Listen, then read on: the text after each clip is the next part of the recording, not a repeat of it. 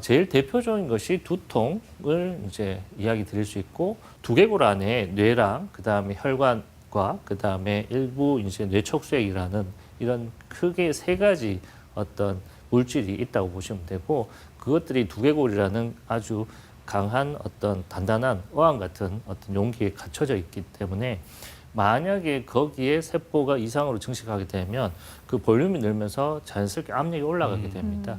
그래서 뇌압 때문에 이제 두통이 발생하고, 또 우리가 아침에 두통을 많이 호소하는 모닝 헤드에이크의 어떤 포커스를 많이 두는데, 그 아침에 두통이 심한 경우에도 한 번쯤은 뇌압이 올라간 건 아닌가라고 생각해 보셔야 되는, 운동신경 영역이나 또는 이제 감각신경 영역을 어떤 뇌 종양이 누르거나 파괴를 하게 되면 편마비라든지 감각 저하가 오게 이제 되고요.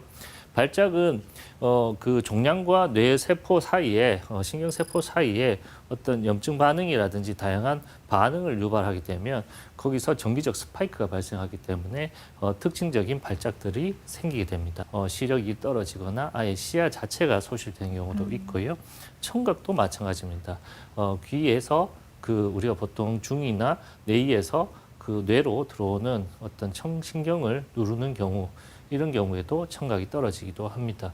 근데 청각이 떨어질 때는 반드시 생각해 보실 것이, 양쪽 다 떨어지는 거는 이 노화라든지 다른 돌발성 난청에 가깝고 한쪽이 떨어지는 경우가 있습니다. 근데 대부분의 어떤 노인 고령 환자들이 이 부분을 간과를 하시거든요. 왜냐하면 귀는 두 쪽이니까 한쪽이 조금 안 들린다고 해서 그렇게 심각하게 받아들이지는 않고요. 또 오른손으로 저희가 핸드폰을 받고 오른손잡이는 오른쪽 귀가 괜찮으면 왼쪽 귀가 그렇게 안 들려도 이제 좀 무시하는 경향이 있습니다. 하지만 양쪽 귀의 밸런스가 조금씩 떨어진다면 한 번쯤은 이제 혹시나 머리에 뭐가 있지 않을까 의심을 해볼 필요가 있고요. 제일 대표적인 게 말하는데 어려움을 가지는 어떤 실어증이나 구음장애가 있는데, 그 실어증과 구음장애도 이제 그 말과 관련된 기능들이 거기 관련된 브로카나 베르니케 영역들에 어떤 영향을 주는 어떤 것들은 그럴 수 있습니다.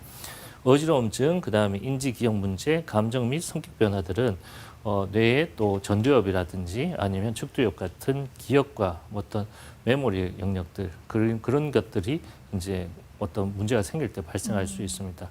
그리고 감정 및 성격 변화는 이거는 이제 변형계라는 어떤 또 시상하부라는 아주 이제 우리가 보통 본능적인 어떤 그 영역들의 어떤 문제를 발생할 때 이런 증상들이 발생하게 됩니다. 네.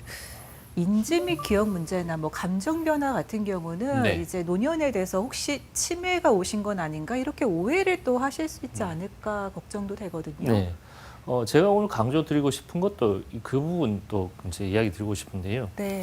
결국 어떤 인지 문제가 노화든 어떤 노화가 아닌 병적인 문제든 간에 체계적인 관리를 받고 거기에 맞는 어떤 치료들이 있어야 됩니다. 그 치료가 꼭 뭔가 수술을 하거나 약물 치료가 아니라 인지 중재 치료라든지 또 다양한 어떤 그 인지 행동 치료라든지 아니면 거기에 맞는 어떤 적절한 신경 심리 어떤 치료라든지 이런 것들이 있게 마련인데, 인지 기억 문제가 사실 어떤 노화와 병적 상태를 딱 구분하는 기준은 없습니다. 대신 저는 오히려 고령 환자들한테는 병원을 오히려 너무 이렇게 안 오지 말고 좀 쉽게 오시라. 그리고 세상에 이제 어떤 문제들이 있다고 생각했을 때는 오히려 아닌 것을 아니라고 밝히는 것들도 어쩌면 치료고 진단이다라고 이야기를 합니다.